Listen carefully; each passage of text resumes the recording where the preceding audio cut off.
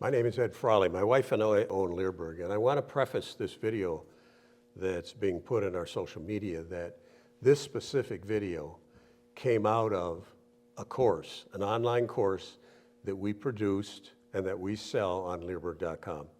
The course has over 204 videos, over 20 hours of videotape in this course. This video you're about to watch came out of the course titled Dealing with Dominant and Aggressive Dogs. So if you have an interest in learning about that, go to Leerburg.com, go to our university section, and you can read detailed notes about what's in the course. You can see a complete outline of the course. If you have an aggressive dog, our course is going to help you fix your problem. If not fix it, it's going to teach you how to manage your dog's problem. I wasn't going to put this into a video because when I first read it, I thought this can't be true. And I thought somebody was pulling my leg. But the more I read it, the more I think, you know, it might be true. So I'm just going to read it so that people that live out in the country, let their dogs run.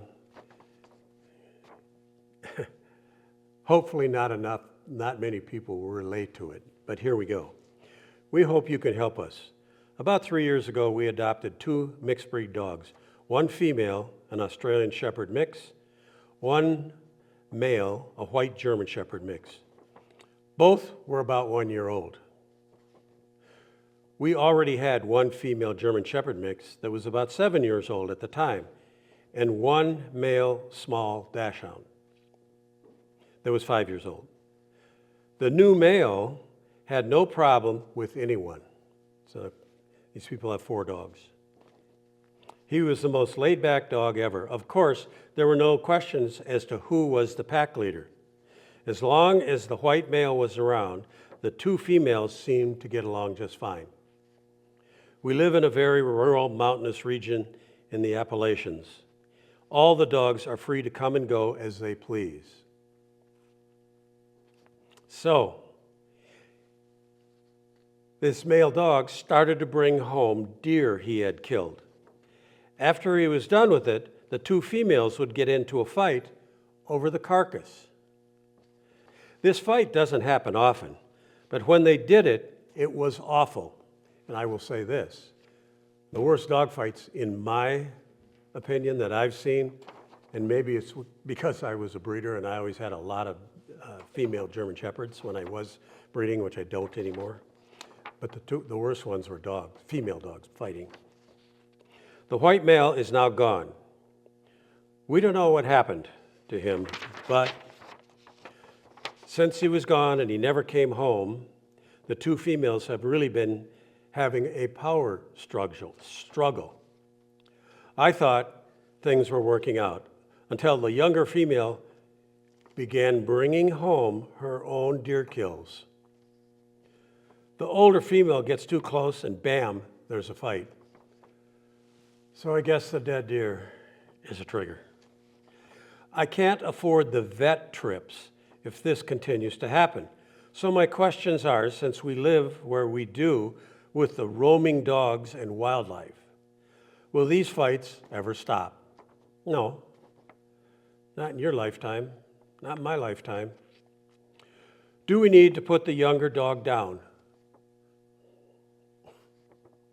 No comment. Or is there some kind of training to prevent this? I wonder if they ever heard of a dog kennel. Maybe not. We just had a little girl and are concerned about how safe she will be around the younger dog, not worried about her and the older dog.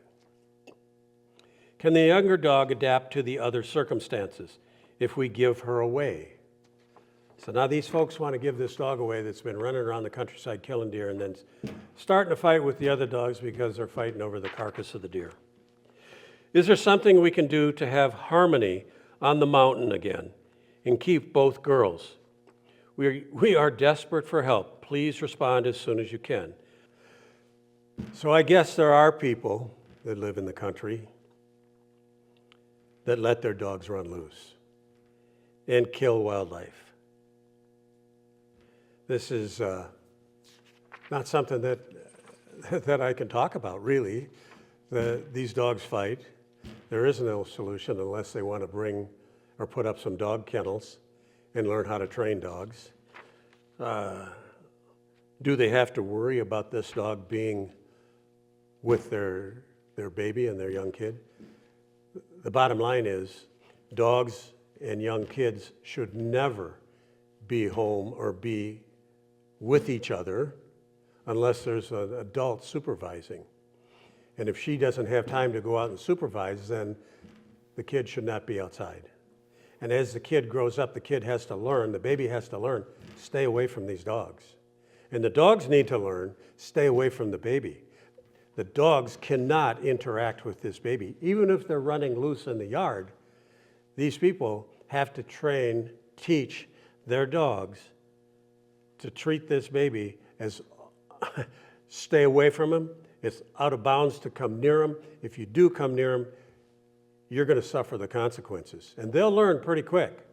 But still, just because they think that the dogs have learned is not an excuse to let her outside with the dogs when she's not there. So, I don't know. I don't understand the mentality of letting dogs loose and running and killing deer. I think we all know what happened to the male German Shepherd. He probably got shot by somebody because he was chasing deer. So I was not going to put this in there, in the course. But I'm going to put it in the course. Not because of the fact that these dogs are running loose and killing deer. I'm putting it in the course because of the risk of these people having a baby and then having all these dogs running around. They need to learn what I said about the dogs and the babies. That's the most important thing to learn. The fact is, these people shouldn't have dogs. It's just that simple.